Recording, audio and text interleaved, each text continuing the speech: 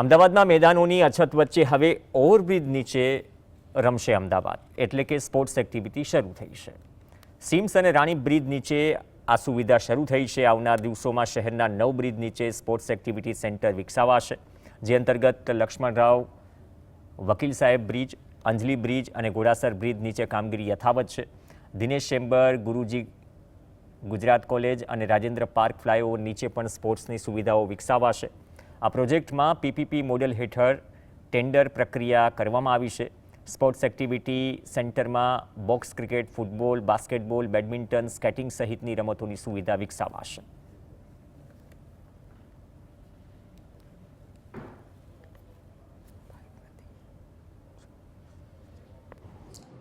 આવનાર દિવસોમાં બીજા 8 બ્રિજ જે છે એની નીચે આ પ્રકારની એક્ટિવિટી કરવા માટે આપણે જઈ રહ્યા છીએ. જેમ કે ગુરુજી બ્રિજ છે, ઘોડાસર બ્રિજ છે, આ બધા બ્રિજની નીચે આ પ્રકારની એક્ટિવિટી કરીશું, જેને કારણે યુવાનોની અંદર રમતગમતને પ્રોત્સાહન મળશે, એની શારીરિક તંદુરસ્તીમાં